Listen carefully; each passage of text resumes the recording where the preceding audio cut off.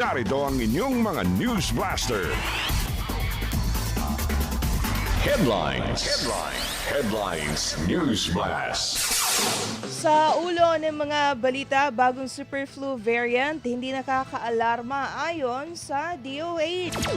Permanent residency sa Estados Unidos hindi nakukuha sa J1 Exchange Visitor Program visa. Unified Persons with Disability ID System, target may patupad sa mahigit 1.6 thousand LGUs. Pamilya Duterte handa sa anumang pag-atake ng mga kritiko ngayong 2026. Pumanaw na dating DPWH official na si Catalina Cabral hindi nakatanggap ng sabina mula sa ICI. Sa international news, milyong Australians binalaan tungkol sa isang matinding heatwave. Sa ating sports news, Capital One Solar Spikers kumuha na rin ng bagong players.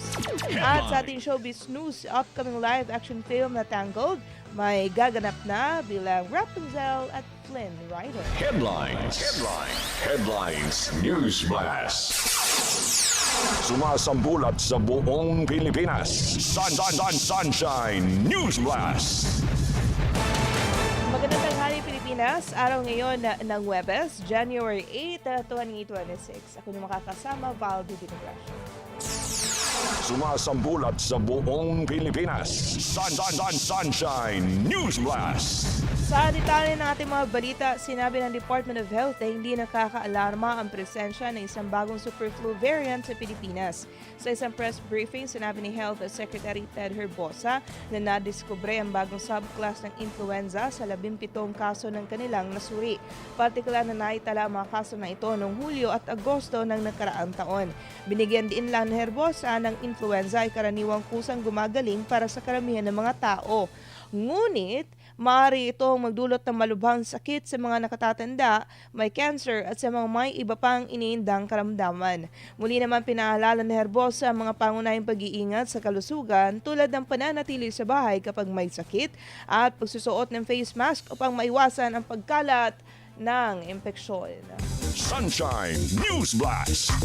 Pinaalahanan ng Embahada ng Pilipinas sa mga Pilipino na ang J1 Exchange Visitor Program Visa ay isang non-immigrant program at hindi nagre-resulta sa permanent residency ng Estados Unidos. Naglabas ang paalala ang Embahada ng Pilipinas sa Washington DC matapos makatanggap ng mga ulat hinggil sa mga illegal na recruiter at mga individual na nagpapanggap bilang immigration lawyers. Ang mga ito ay nangangako makakuha ng US citizenship sa pamamagitan ng J1 program. Ayon sa embahada, pansamantala lamang ang visitor program at nilikhang eksklusibo para sa cultural exchange.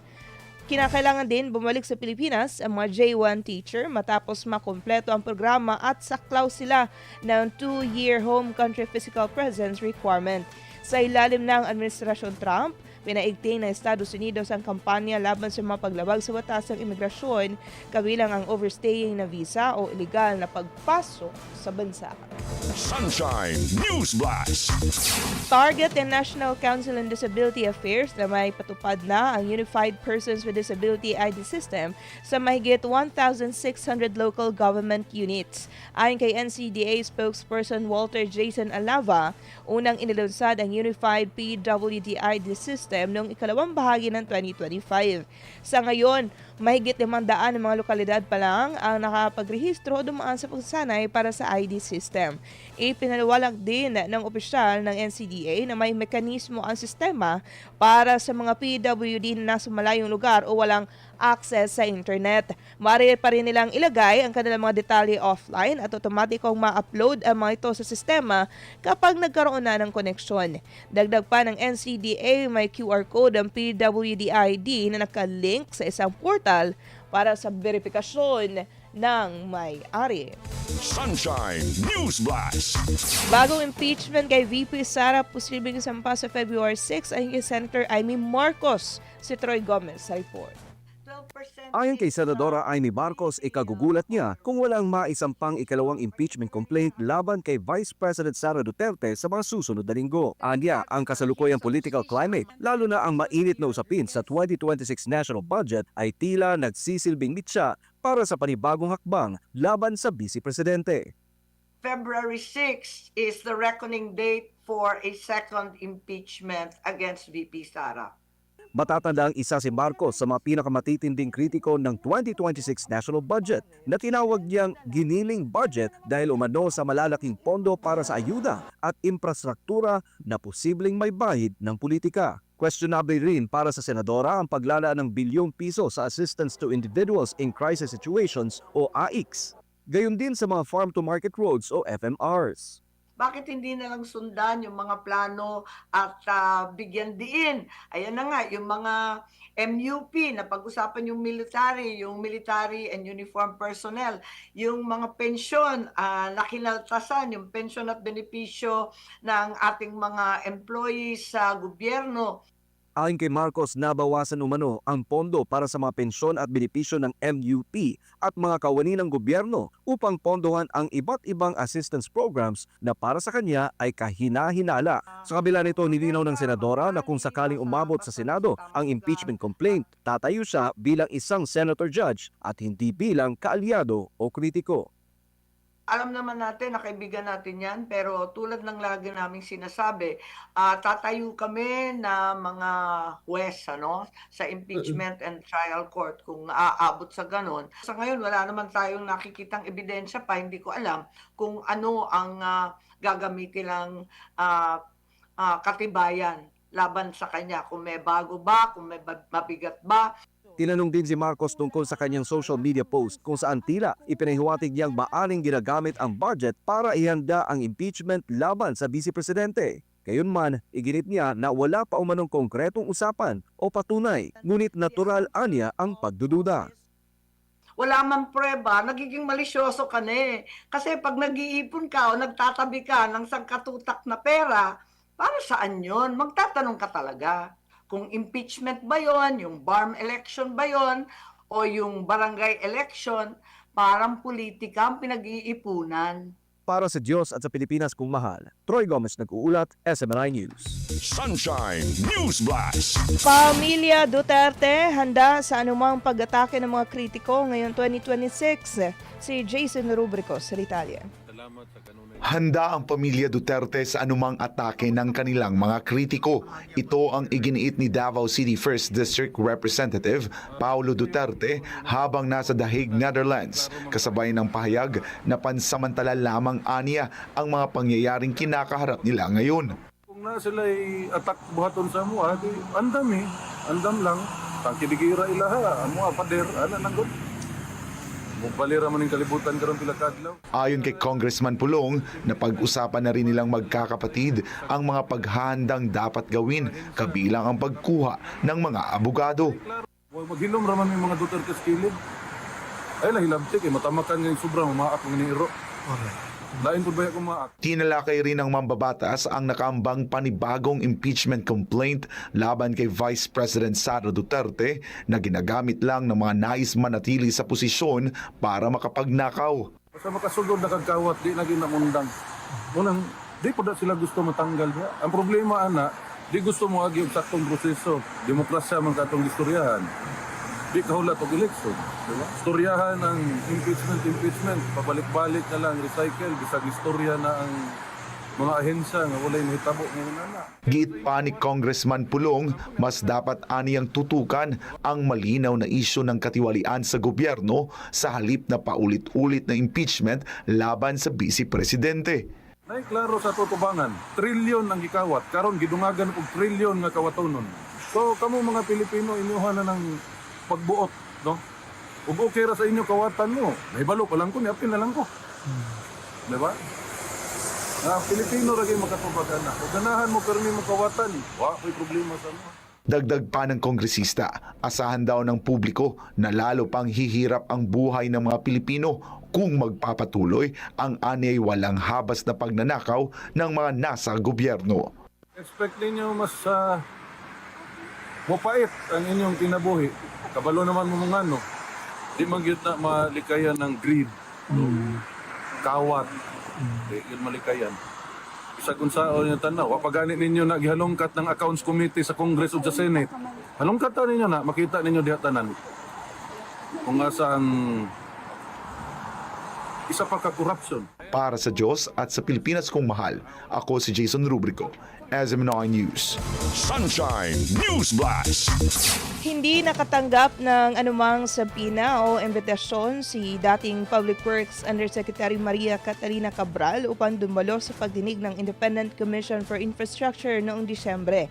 Ayon sa kanyang legal counsel, nalaman lamang ni Cabral ang tungkol sa imbitasyon sa pamamagitan ng mga ulat na nagsasabing hindi umano ito sumipot sa itinakdang pagdinig noong December 15, 2025. Gayunman, iginit ng abogado na handa namang dumalo si Cabral at wala siyang anumang intensyon na iwasan ang investigasyon. Matatandaan naman sinabi ng ICI na wala silang natanggap na kumpirmasyon mula kay Cabral kung siya ay dadalo sa nasabing pagdinig. Nagpadala na ang legal counsel ni Cabral ng liham sa ICI upang humingi ng paglilinaw kaugnay ng umano'y abiso ng sabina o imbitasyon. Ibinahagi ng ICI ang naturang liham noong Martes, January 6, 2026. Sunshine News Blast. Nananatiling nawawala ang 6 na kahon ng mga dokumento na ipinakita ng Yumaong Department of Public Works and Highways Undersecretary Catalina Cabral sa kanyang abogado bago ang kanyang pagkamatay. Ayon sa kanyang legal counsel noong Martes, January 6, 2026, hindi alam ng kanyang legal team at ng kanyang pamilya kung nasaan ang mga ito. Tinalakay na rin ng legal counsel ang mga alegasyong kinasasangkutan ni Batangas 1st District Representative Leandro Leviste na nagsabi nakakuha ito ng mga dokumento mula sa opisina ni Cabral. Aniya, makikita sa CCTV footage si Leviste na lumabas ng opisina na may dala lamang na ilang mga file. Sunshine News Blast. Nagpasalamat ngayon si Batangas 1st District Representative Leandro Leviste sa Anti-Money Laundering Council o AMLAC at Court of Appeals. Kaugnay ito sa pag-freeze ng halos 2,000 bank accounts na iniugnay kay CWS Party List Representative Edwin Garjola at sa kanyang pamilya. Ayon kay Leviste, mahalagang hakbang ito sa kanyang matagal ng panawagan na imbestigahan ang umano'y irregularidad sa mga Department of Public Works and Highways project na konektado kay Garjola. Matatanda yung sinumite ni Leviste ang tinaguriang Cabral Files na naglalaman ng listahan ng mahigit 20 billion pesos sa DPWH projects na umano'y na pre-order bago pa maprobahan ang 2025 budget. Ilan sa mga proyekto na banggit ay road projects sa Batangas na napunta sa mga kumpanyang iniugnay kay Garjola. Batay sa datos ni Leviste, tinatayang 42 billion pesos na ang halaga ng mga proyekto na panalunan ng mga kumpanya na kapangalan sa pamilya nga ni Garjola mula taong 2001 hanggang 2025. Mani pang lumampas sa 100 billion pesos kung isasama ang mga hindi direktang konektado.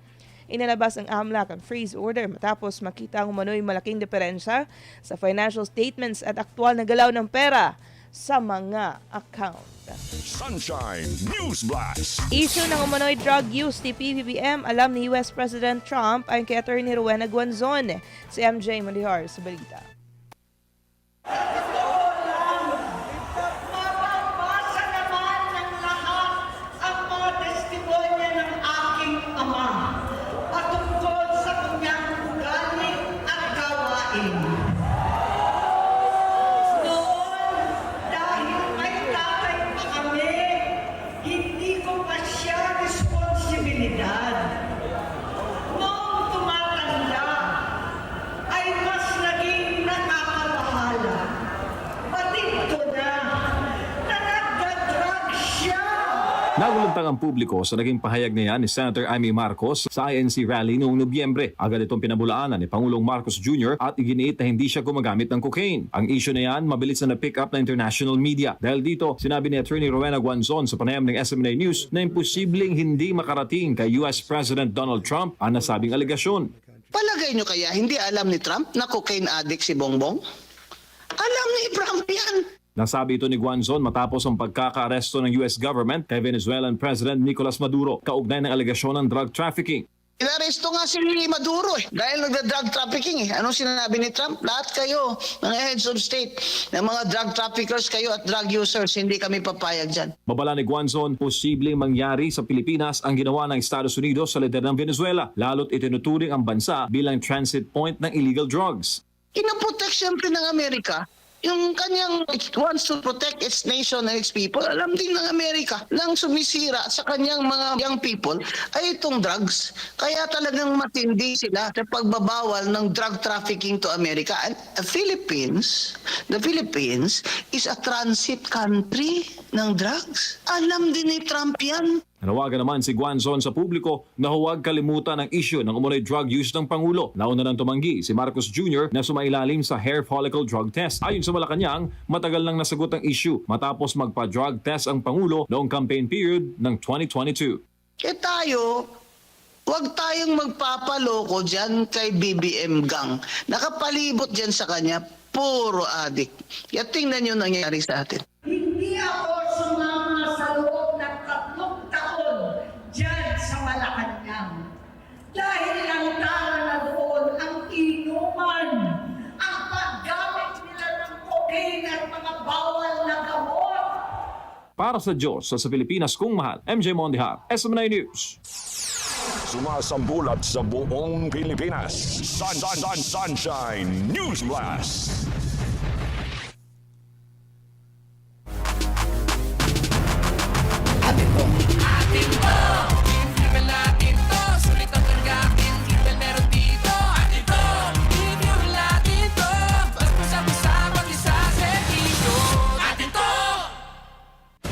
Handa ka na ba? Ang programang magdadala ng tulong, aksyon at solusyon. Serbisyong Agila para sa bayan. Sa pangunguna nila Kuya Zen Turturica at Attorney Mark Tolentino, ihahatid ang tunay na serbisyong may malasakit, direkta sa tao, direkta sa bayan.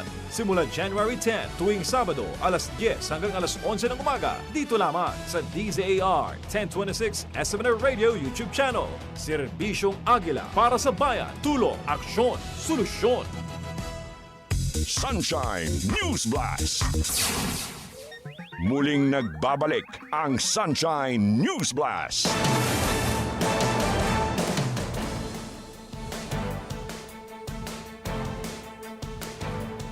At para sa ating international news, mga kapartner, binalaan ang milyon-milyong Australians na maghanda sa isang matinding heat wave na nagpapataas sa panganib ng mga bushfire.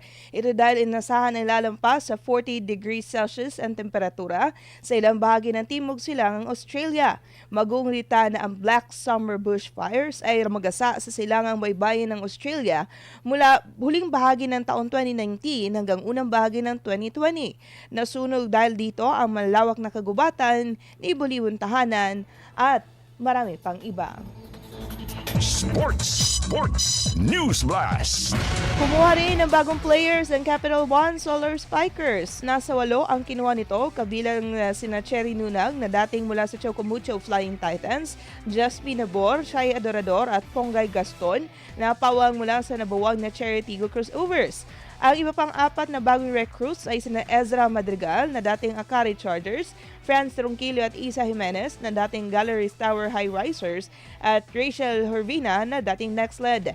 Inaasang magbibigay ng kinakailangang suporta ang mga bagong dagdag sa mga player gaya ni Bella Belen at Laila Cruz. Showbiz News Blast. Mayroon nang gaganap bilang Rapunzel at Flynn Rider para sa upcoming live-action film na Tangled. Sa anunsyo, si Tegan Croft ang gaganap bilang Rapunzel o ang prinsesang may gintong buhok na nakakulong sa isang tore. Habang si Milo Manheim naman ang gaganap bilang Flynn Rider, ang hindi gaanong makinis na magnanakaw na tutulong sa kanya upang makatakas at makita ang mundo. Ang Tangled na isang animated musical film ay muling pagsasalaysay ng klasikong kwentong bayan na Rapunzel.